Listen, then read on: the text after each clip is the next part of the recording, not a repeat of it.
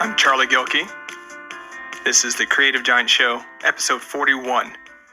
Which wolf will you feed? First off, thanks so much for joining me. I always enjoy, you guys on the other side and thinking about you. So thanks for joining me today. I'm going to kick this one off with a parable. It's from the Native American tradition. We're going to say it's Cherokee because, that's the closest reference I've been able to find.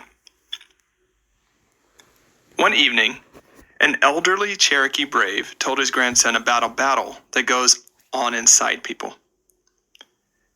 He said, "My son, the battle is between two wolves inside us all. One is evil. It is anger, envy, jealousy, sorrow, regret, greed, arrogance, self-pity, guilt, resentment, inferiority, lies, false pride, superiority, and ego. The other wolf is good. It is joy, peace, love, hope, serenity, humility, kindness, benevolence, empathy, generosity, truth, compassion, and faith."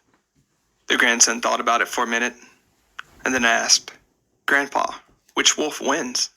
The old Cherokee simply replied, "The one that you feed." As we go about our lives, we can choose which of the wolves we want to feed. We can choose to feed the wolf of joy, peace, love, hope, serenity, and all those good things in every moment. Or we can choose to feed the bad wolves.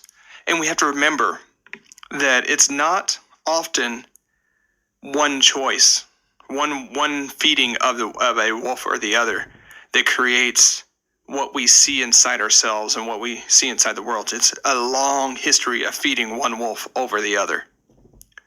And it starts every day. And these wolves live inside us. And though one wolf, say the good wolf, might at any given point in time be a little bit malnourished, we can always feed it.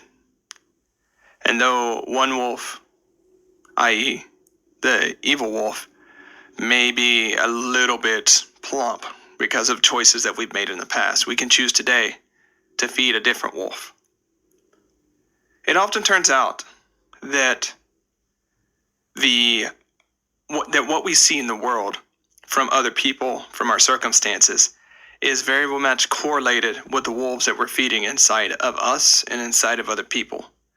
When we encourage other people, when we feed their good wolf, we see that. We see that in them, and we see that in the people that they change, and they tend to want to feed other people's good wolves.